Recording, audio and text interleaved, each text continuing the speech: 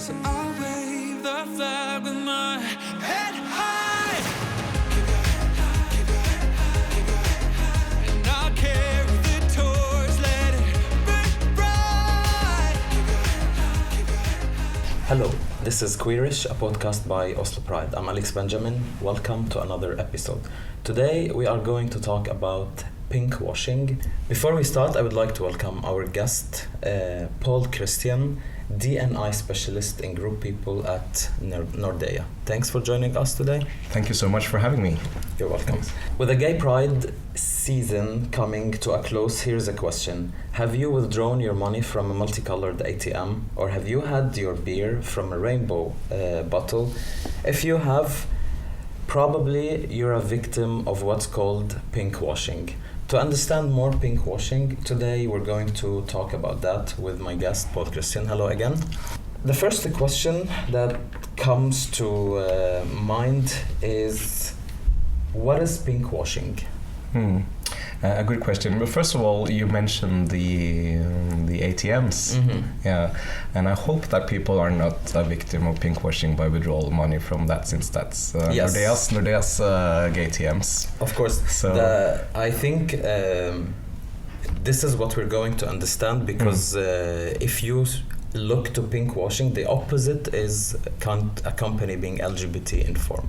Yes. And this is what we wanted to understand, to show people why Nordea is not doing pink washing and why Nordea is our partner, not our sponsor. Yeah. So to let people understand, this is what we're going, and this is your job today, to explain for us why having this ATM, a multicolored ATM, is not pink washing. Yes. Let's start with this question.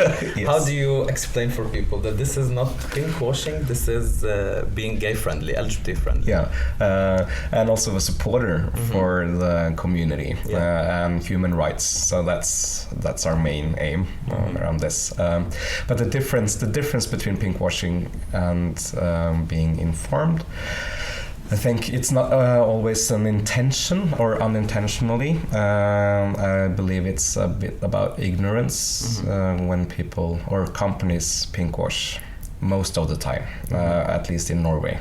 We have cases all over the world, unfortunately, where we see that companies try to hide their other policies or human rights agendas and stuff.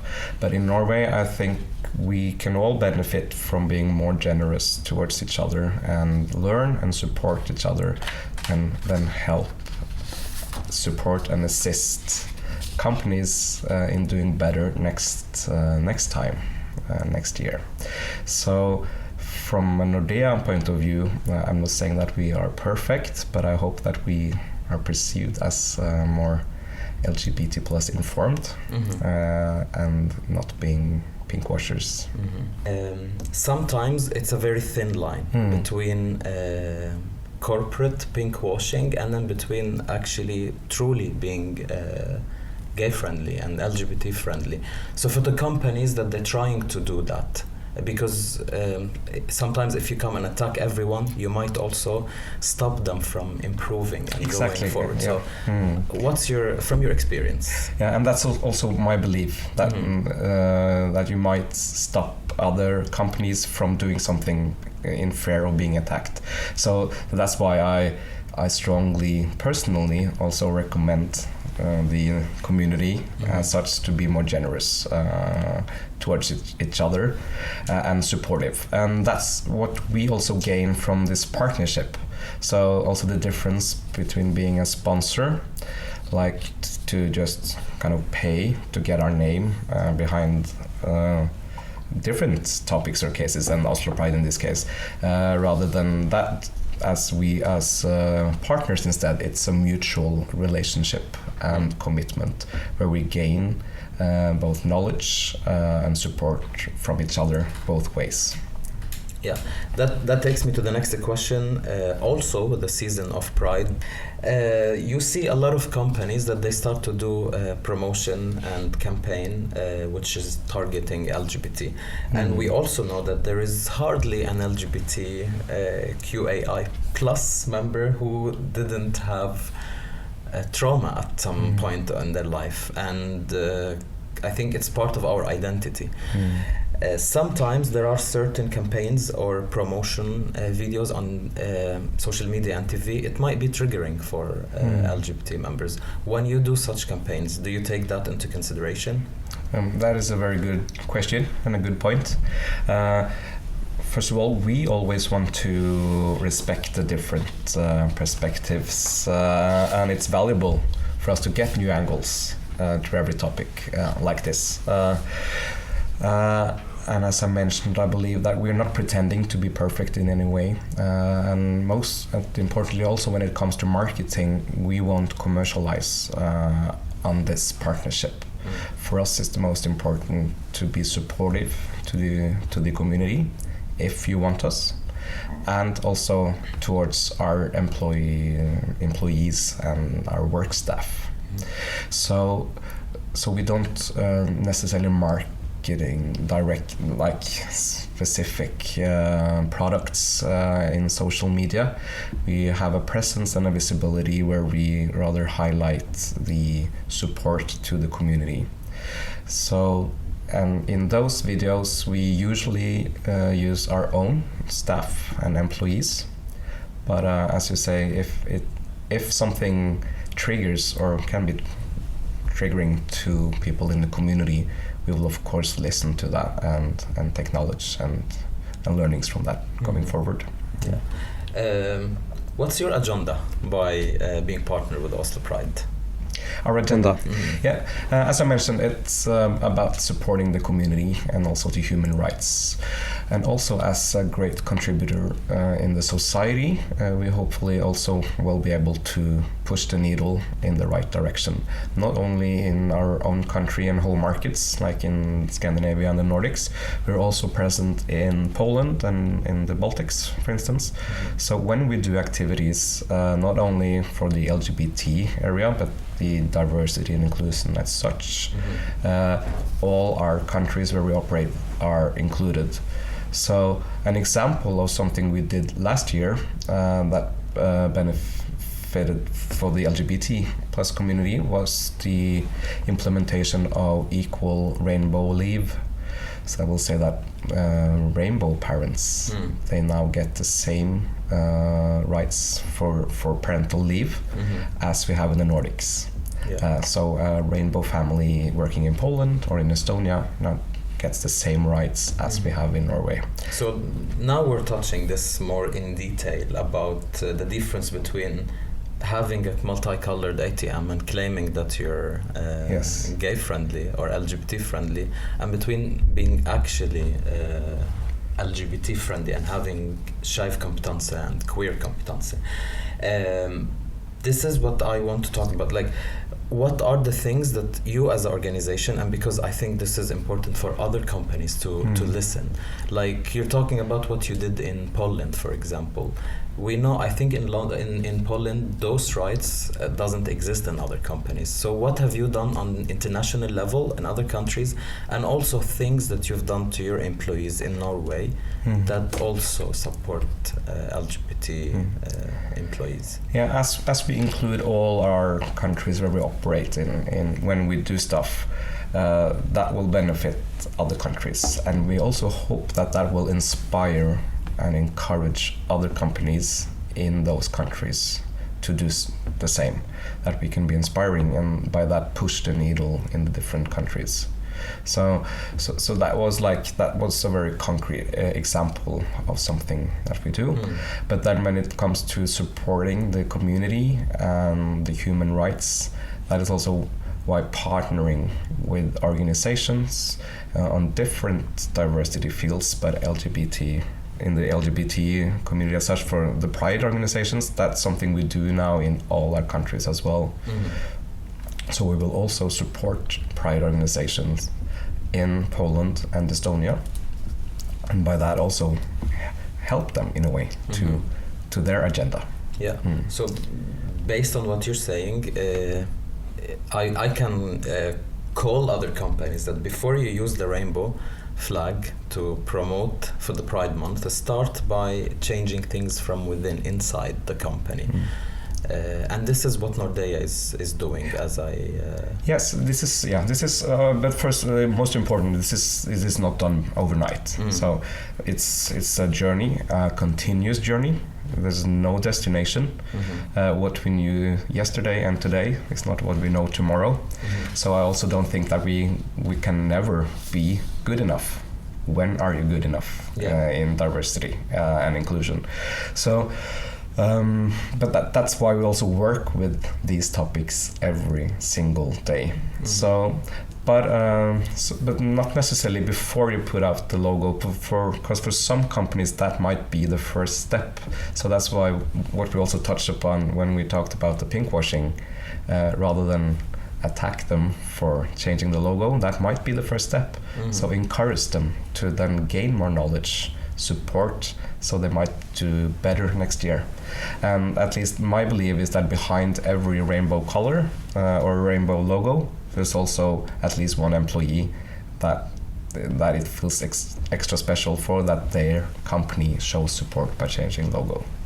And hopefully the knowledge will then increase and come from within, as you say, and also in close collaboration with partners, Oslo Pride, Fri, for instance. So we can say that, because I had a question, what do you consider not pinkwashing? But like from what we're talking about, we started by saying an ATM could be used for pinkwashing and could be a genuine thing.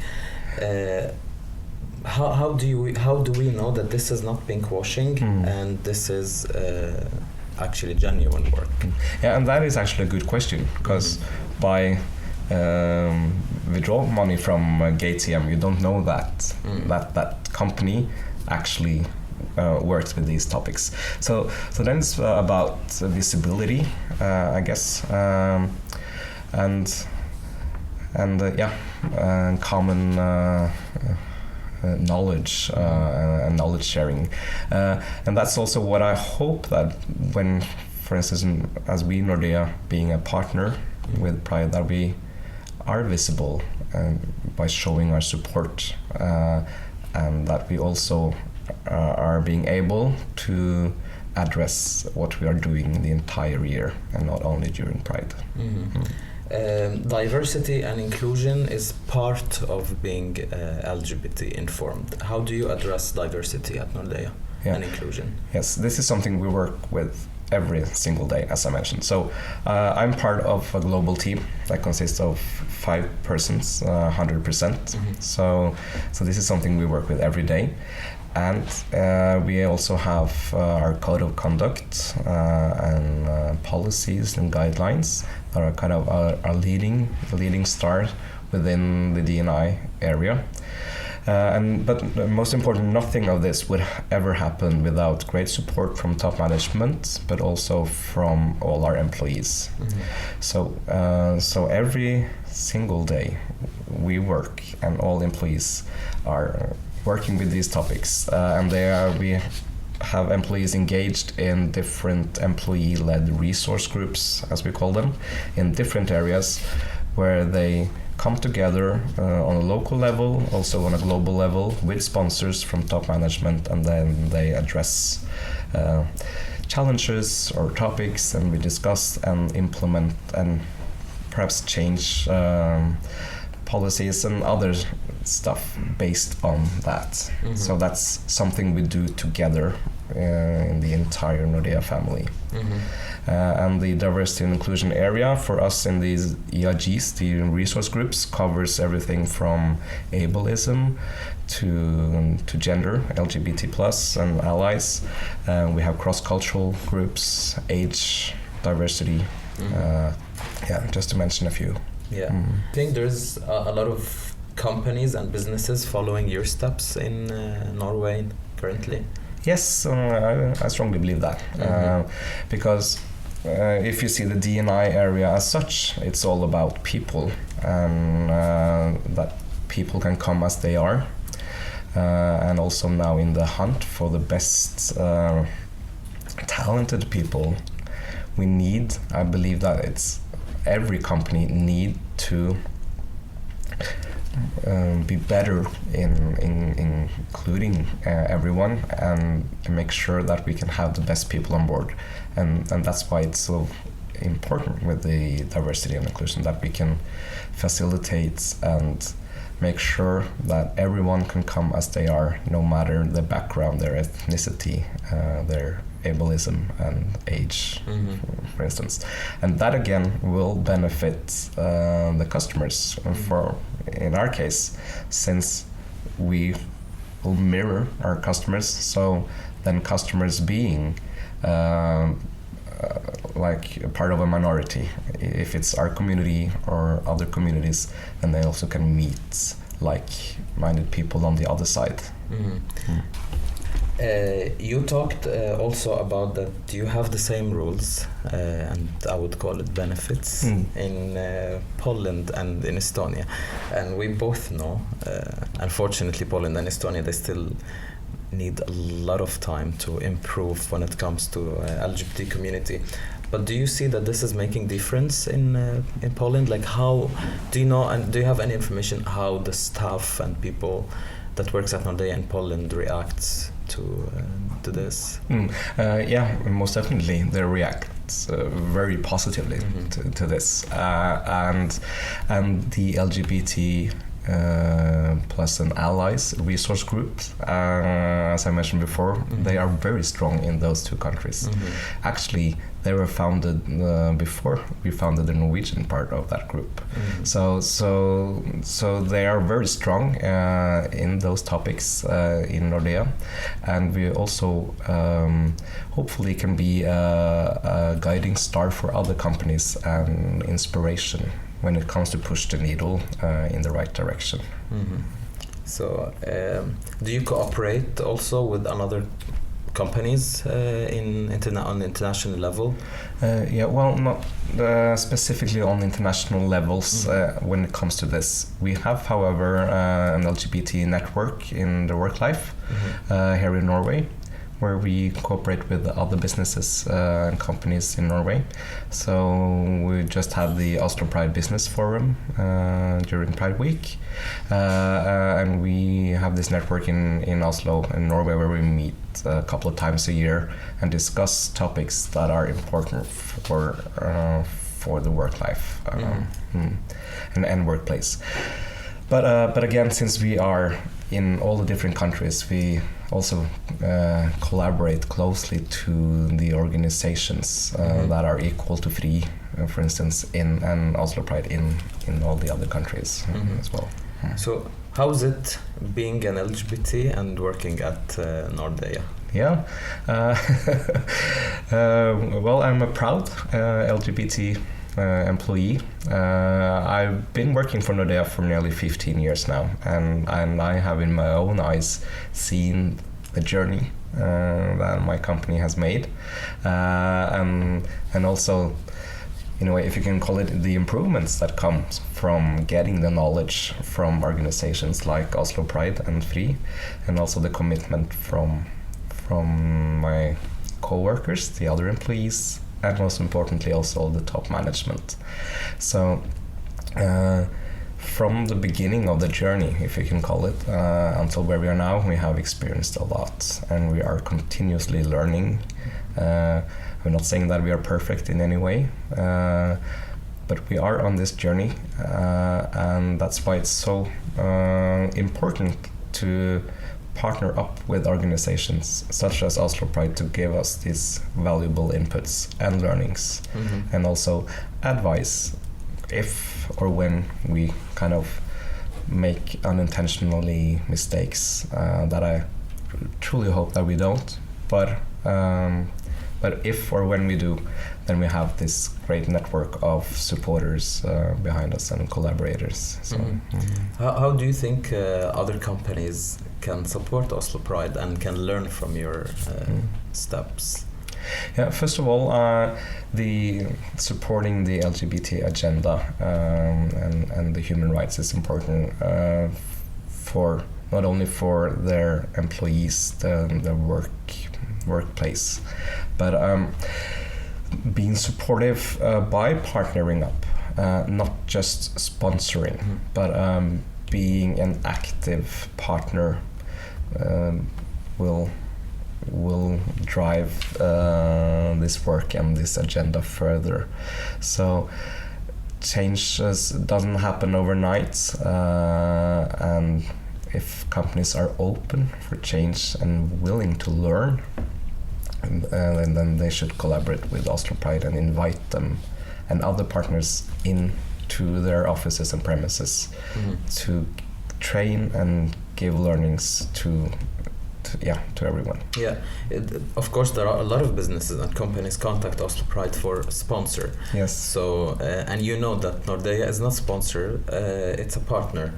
Maybe you could tell us, so when they contact us they can learn from your experience. Yes. What is the difference between a sponsor and a partner? Yeah, I see a sponsorship like a one-way relationship in a way, where you as either as a private person or as a company, when you're sponsoring someone, you give them money and almost expect nothing back in return other than visibility and marketing benefits. A partnership, however, is a dual or two-way relationship where we both can gain support and knowledge from each other. And most importantly, the partnership that we have with Oslo Pride is not just during Pride Month or not just 1 year. It's a continuously relationship throughout the year, and also now for several years. This is our 3rd year in a row partnering with Oslo Pride. So rather than just a one-time payout to an organization, we are in there for a long-term relationship, and with all the benefits that come with. Yeah. So this year we're gonna see Rainbow ATM, which is we support because it's not pinkwashing. I hope not. Yes. So yes, yeah. What else are you preparing for the Pride as Nordea? Yeah, but just first the story about the GTM, if I may. Yeah. Because that started in Norway in 2014, and that was actually the example of ideas coming from the floor or from employees. I was back then a regular. I'm a regular employee now as well, but I didn't work with this full time. I worked with car finance and credits and loan applications at that time. And I sing in Oslo Fagottkor. And we were on this journey to Sydney Opera House, celebrating a 10-year anniversary during Mardi Gras. And as you know, Mardi Gras is equivalent to Pride. Yeah. So that's where I discovered these GTMs in glitter and color and everything from the Australian bank ANZ, I think they're called. And then I took a picture and posted it on Nordea's Facebook site. Because in 2014 Oslo were the host for Europride. So I thought is this something that we can do? Yeah. And I never believed that anything would happen. But it did. Someone really liked the idea. And actually for Nordea Norway, that was the beginning of the journey working with Pride and the LGBT topics. So now it's 9 years ago. And 2014 was also the first year where the Norwegian police marched in the parade. Yeah. Wearing uniforms. So a lot happened at that time. Yeah, and I think I will go back to the beginning when I spoke about the multicolored ATM. When you look to what you're doing and how you're contributing, I think it's so easy to figure out that you're not doing pinkwashing. And this is what I would call people before you start and point fingers and accuse that this company is doing pinkwashing. First of all, listen, try to dig in, make some research. Companies 10 years ago, they wouldn't even have done that. Now they have the pride flag and stuff. Exactly. It's a good step. It's not always pink washing. I strongly agree with you. And I'm also a bit afraid that by accusing companies rather than enter into a dialogue, you might scare other companies from doing something. Yeah. And of course, when the first year we did the GTMs in 2014, that was one of our first steps. So so the knowledge behind wasn't that big at that point, but that was the beginning. And from that point up to where we are now, we have learned a lot, and we have increased the knowledge and the support, and also the contribution in all our countries. And I hope that is for a greater good, not only for the society and community as such, but also for our employees. And that's also when you see a logo or a rainbow flag out there in town during Pride, I feel that, okay, there I have an ally. I feel welcomed. And also behind every rainbow, there is at least one employee that this will matter for, and hopefully, if that's the first step, being more supportive and generous towards each other, we will we're a community. We should teach other, because I personally didn't know that I have to ask people about their gender and their pronouns like 7 years ago. That wasn't, it's a new culture that I start to learn. Exactly. It's a learning process. So the same, we should allow people exactly, like what we knew yesterday and today is not what we know tomorrow. This is a continuous journey. And the public awareness is changing. So so tell me, what are you preparing for the Pride then? Gay ATMs, or let's call it LGBT ATMs. Maybe we should call them LGBT ATMs. But it's the fun wordplay around ATM for a gay ATM. But I hope also the rainbow itself feels inclusive for the entire community. So that will be a visible kind of symbol that Nordea is a strong ally and supporter. And we will also march in the parade this year, and hopefully also participate in Pride House. And but most important, be a strong supporter to the community and participate on the arenas that we are invited to. It's important for us not to force ourselves in, but be invited if you or the community wants us to do that.